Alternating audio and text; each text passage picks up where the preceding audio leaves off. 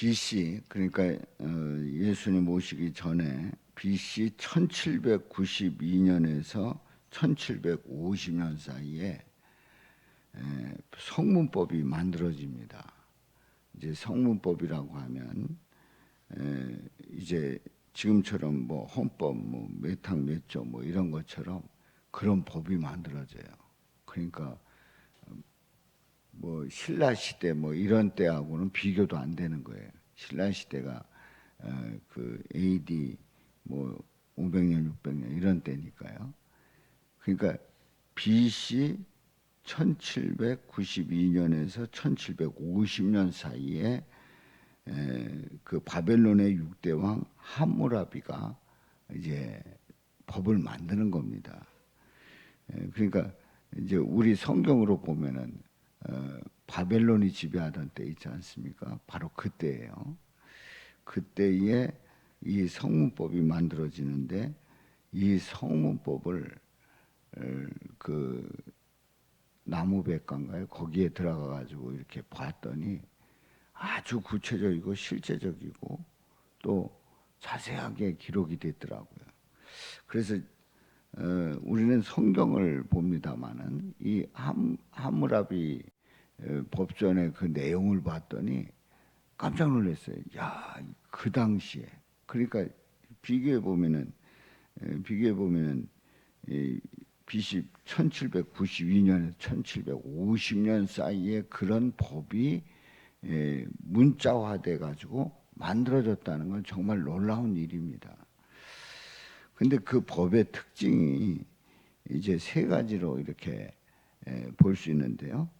왕의 권력이 강화되고 관습법과 윤리 이런 것들을 이제 상식을 모아서 편찬한 법인 것을 알게 되고 이 함무라비 법전은 두 번째로 인간과 인간관계를 표현하고 있는데요.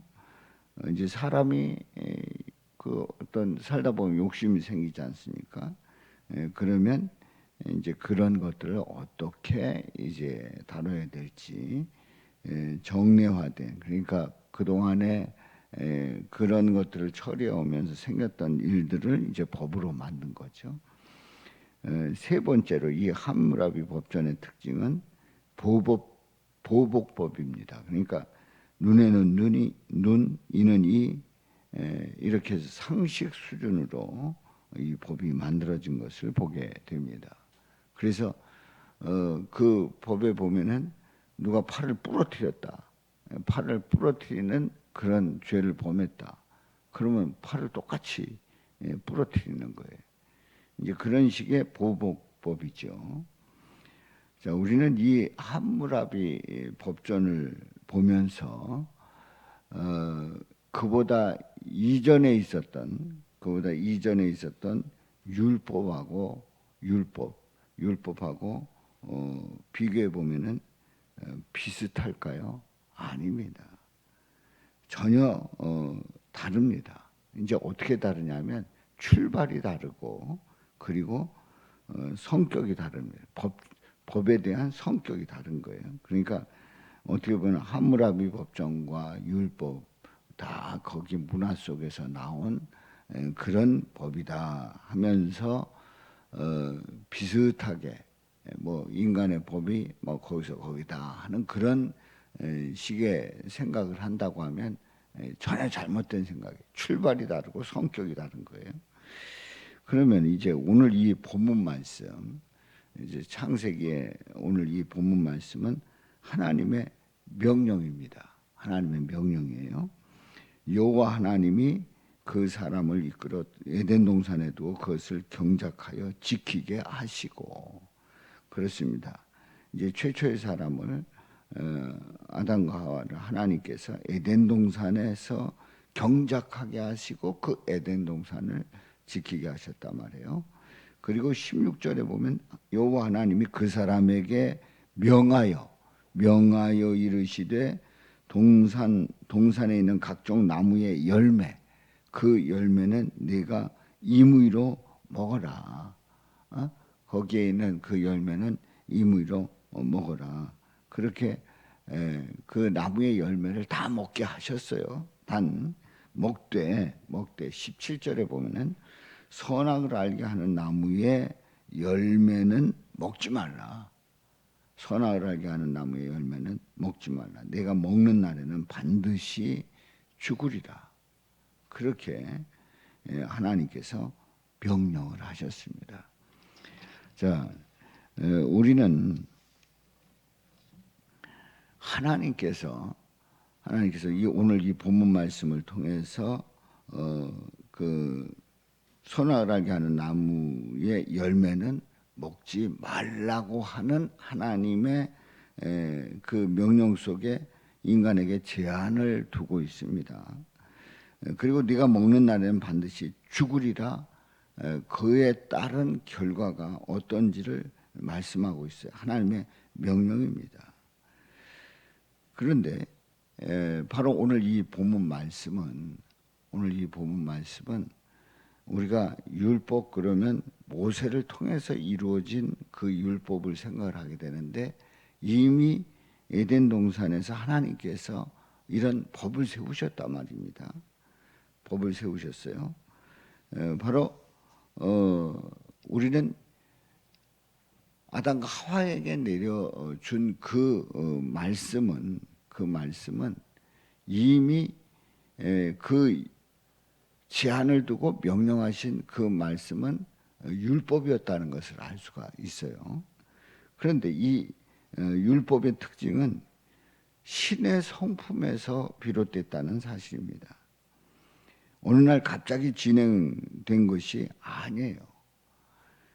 다시 해서 이 율법은 인간 대 인간 관계 속에서 만들어진 게 아닙니다. 인간이 딱 만나가지고 이거 된다 안 된다, 이러면 된다 안 된다, 이러고 만들어진 게 아닙니다. 창세 때에 맺은 하나님과 인간의 언약의 관계입니다. 우리는 오늘 이 말씀을 보면서 하나님은 일방적으로 계약을 맺은 것 같고 그리고 그 명령하신 것 같은데요. 하나님께서 하나님의 성품대로 그 인간을 만드셨을 때에 하나님은 인간에게 말씀을 하시면서 그 말씀 속에서 이거는 이런 거다라고 말씀하신 겁니다. 그러니까 다시 얘기해서 하나님은 하나님의 성품을 가진 인간에게 그 인간이 충분히 납득할 수 있는, 그리고 그 말씀이 어떤 말씀인지를 알게 하시고 그리고 그것을 지킬 수 있는 그 범위 안에서 말씀하신 거란 말이죠. 로봇처럼 만들지 않으셨어요. 인간을 로봇처럼 만들지 않으셨어요. 어떤 기계로 만들지 않으셨단 말이에요. 하나님의 명령을 듣고 인간이 결정할 수 있도록 권한을 주신 거예요. 그러니까 우리는 그 성경을 읽다 보면은 하나님이 인간을 꼭두각시처럼 대하신 거 아닌가 생각이 들 수 있어요. 아닙니다. 이미 하나님께서 하나님의 성품대로 인간을 만들었다는 그 자체가 이미 하나님과의 그 교제 속에서 하나님께서 동산에 있는 각종 나무의 열매는 내가 임의로 먹되 선악을 알게 하는 나무의 열매는 먹지 말라 하셨을 때에 이 말씀 속에 얼마나 많은 권한이 인간에게 주어져 있는가를 우리는 말씀을 통해서 알 수 있고 그때에 그런 충분한 뜻이 전달이 되었단 말이지요. 그러니까 이제 꼭두각시처럼 만든 게 아니다 하는 거지요. 두 번째로 이 율법은 사람의 중심에 일방적인 것들을 모아서 편찬한 내용이 아닌 겁니다. 하나님 중심으로 기록된 하나님의 성품 그 자체예요. 그러니까 율법이라고 하는 것은 하나님의 성품을 말하는 거다. 이렇게 이해하시면 되는 겁니다. 하나님께서 자신의 성품을 인간에게 알려주신 내용이 율법 안에 있는 거지요. 그래서 우리는 그 율법의 말씀을 보면서 하나님의 마음이 인간을 향해서 어떤 마음인지를 아주 상세하게 말씀하고 있는 겁니다. 이제 마태복음 7장 12절에 있는 말씀에 보면 그러므로 무엇이든지 남에게 대접을 받고자 하는 대로 너희도 남을 대접하라. 남을 대접하라. 이것이 율법이고 선자라고 그렇게 말씀을 우리 예수님께서 하십니다. 남에게 대접받고자 하는 대로 남을 대접하라. 이제 말씀을 하는 거예요. 우리는 이 말씀을 통해서 예수님이 주신 이 율법은 보복법이 아닙니다. 복음으로 주어졌다는 걸 알 수가 있어요.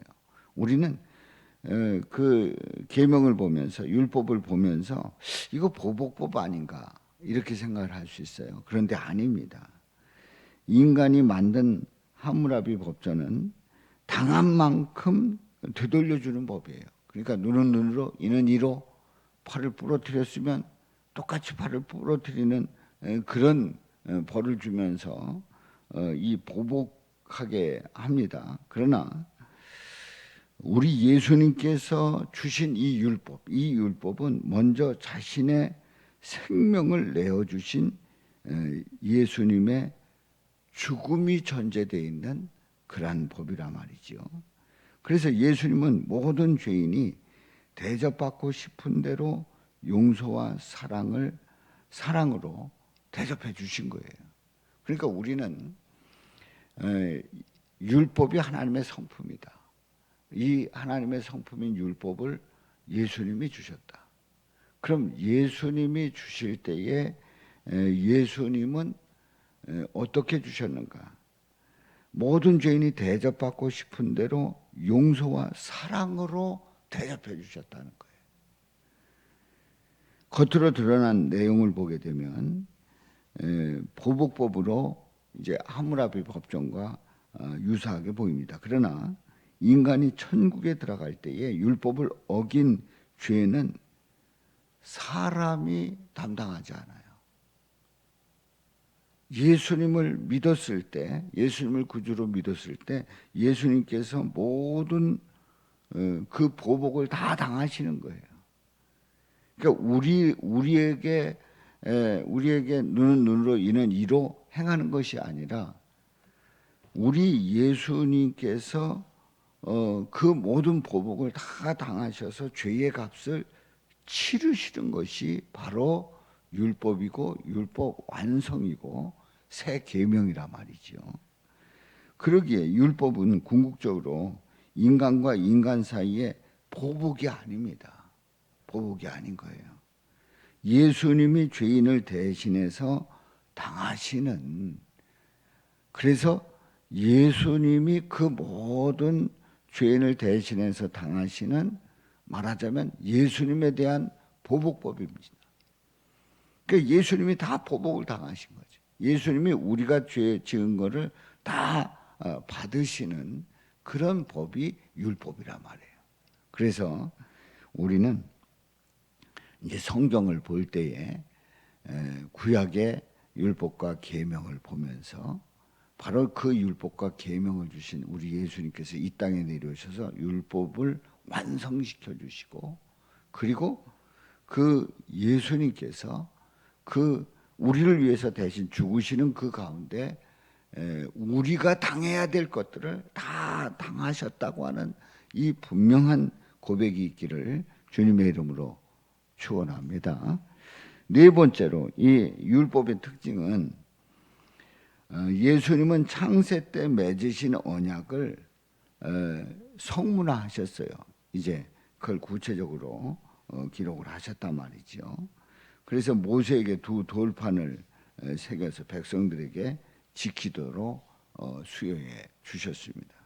그러니까 오늘 이 본문 말씀이 바로 율법으로 우리에게 모세를 통해서 주어진 그 율법으로 이어지게 되고, 그리고 그 율법은 우리 예수님께서 오셔서 완성해 주시는 놀라운 은혜를 허락해 주셨습니다. 그래서 우리는 율법에 대한 그 말씀을 볼 때마다 이 율법은 우리가 예수님을 믿기만 하면 누가 이루어 주신다고요? 예수님이 이루어 주신다는 그 분명한 고백이 있기를 주님의 이름으로 축원합니다. 앞으로 더 말씀을 드리겠습니다만은 알고 보면 우리는 율법을 도저히 지킬 수 없는 죄인인데 율법을 지키고 천국에 가는 거예요. 누가 지켜주신다고요? 예수님이 지켜주시고 그 율법을 지켰기 때문에 우리가 의를 이루는 거고 그래서 천국에 들어가는 거죠. 사랑하는 성도 여러분, 이러한 은혜를 주신 우리 주님을 고백하면서 우리 예수님 안에 있는 것이 얼마나 기쁘고 감사한 일인지 복된 일인지 믿음으로 나가시기를 주님의 이름으로 축원합니다. 2장 17절 우리 다 같이 샤우팅합니다. 선악